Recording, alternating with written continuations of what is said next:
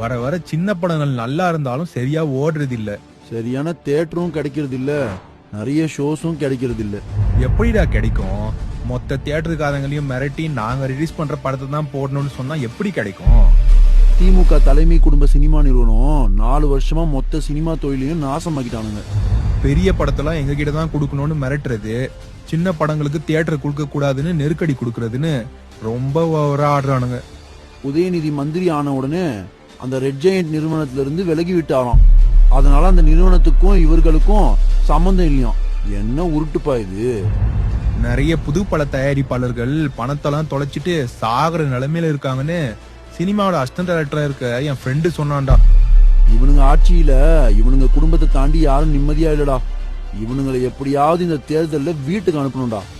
கண்டிப்பா அது நடக்கும். எடப்பாடியார் சொல்ல போறாரு கெட் அவுட், ஏடிஎம்கே தான் எப்போதும் நாட் அவுட்.